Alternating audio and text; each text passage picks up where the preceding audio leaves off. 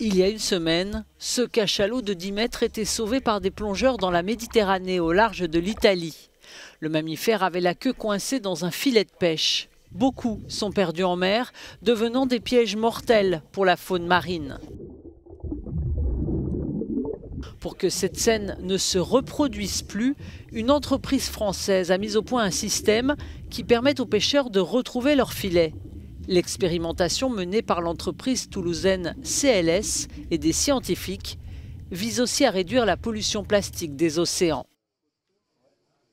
Ici, à Carqueiranne, les pêcheurs artisanaux du Var vont tester en primeur cette technologie de la filiale du Centre national d'études spatiales.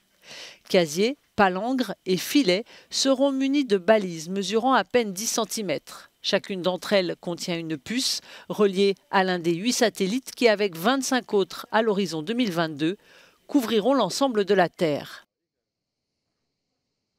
Ces balises émettront un signal permettant aux pêcheurs dotés d'une tablette de connaître la position de leurs engins de pêche. C'est vraiment un projet qu'on attendait.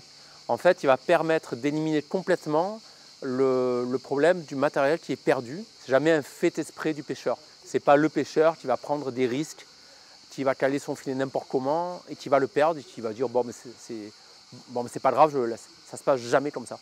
Un filet qui est perdu au fond de l'eau, donc c'est une espèce de muraille dans laquelle le poisson va taper.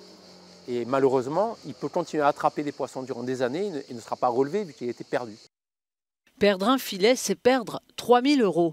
Une balise coûterait environ 60 € à l'achat, une somme à laquelle s'ajouterait l'abonnement au service de traçage et de récupération.